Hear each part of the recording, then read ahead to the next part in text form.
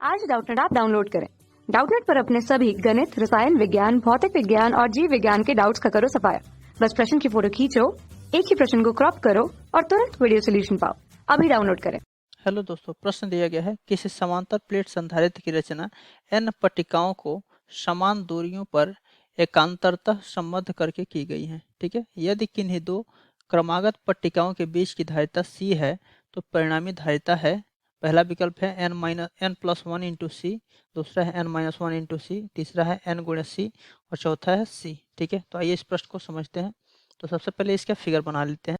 तो दोस्तों ये हमने मान लिया कि n प्लेटें हैं या पट्टिकाएं हैं। ठीक है, और इनको हमने जो है समान दूरियों पर रखा है। ठीक है, और प्रश्न में कहा जा रहा है, ठीक है, कि दूरियों पर रखी हैं एकांतरता संबद्ध करके की गई है, यानी इसकी संरचना जो है, यानी ये जो संधारित्र बन रहा है इसकी संरचना एकांतरता संबद्ध करके की गई। इसका मतलब ये है कि एक के अंतर प्लेट को संबद्ध किया गया है। ठीक है, एकांतरता का मतलब क्या होता है, एक के अंतर पे। ठीक है, तो ये प्लेट हो गई, फिर इसके अंतर के बाद इस प्लेट को, यानी पहला, तीसरा, पांचवा, सातवां, इस प्रकार जो है ये प्लेटें जो है एक बिंदु से जुड़ी हुई है। ठीक है, और बाकी दूसरा, ठीक है, दूसरा, चौथा, छठा एक दूसरे बिंदु से जुड़ी हुई है। ठीक है, तो दोस्तों ये हमने मान लिया कि एकांतर क्रम से प्लेटें जो हैं एक बिंदु से जुड़ी हुई हैं, यानी पहला, दूसरा और तीसरा एक बिंदु से जुड़ा हुआ है, बिंदु ए से, और दूसरा, चौथा और छठा प्लेट जो है बिंदु बी से जुड़ा हुआ है। ठीक है, तो इस प्रकार देख रहे हैं कि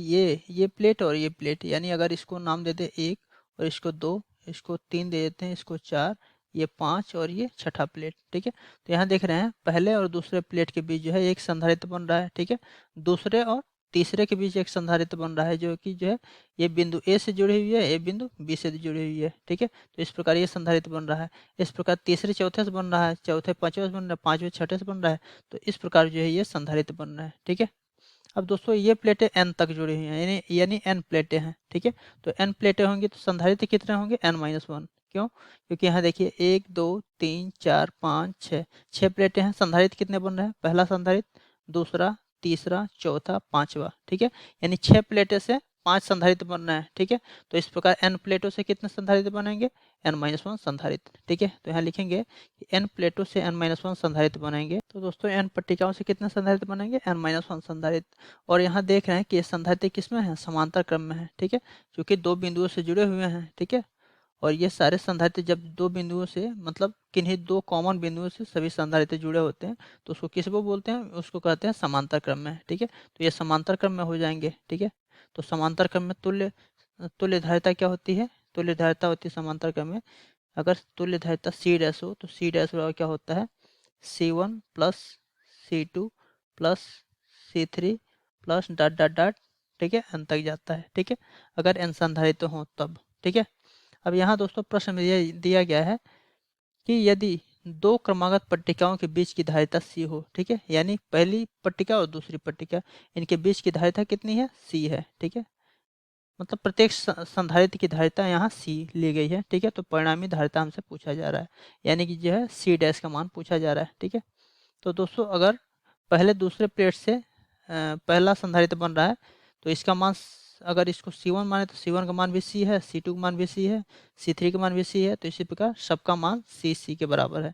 तो यहाँ से C डैश बराबर क्या हो जाएगा, C डैश बराबर C1 का मान C है तो C हो जाएगा, C2 का मान भी C है, plus C plus dot dot dot. और ये कितने संधारित्र हो रहे हैं, ये n प्लेटें हैं तो संधारित्र कितने बनेंगे, n-1, तो ये जो है n-1 तक हो जाएगा। ठीक है, n-1 तक, तो इसको जोड़ेंगे तो ये हो जाएगा n-1 इंटू में c, और ये किसके बराबर है, c डैश के। ठीक है, यानी परिणामी धारिता कितनी हो गई, n-1 इंटू सी। तो इस प्रकार ये बने संधारित्र की परिणामी धारिता क्या हो जाएगी, c डैश बराबर n-1 इंटू सी।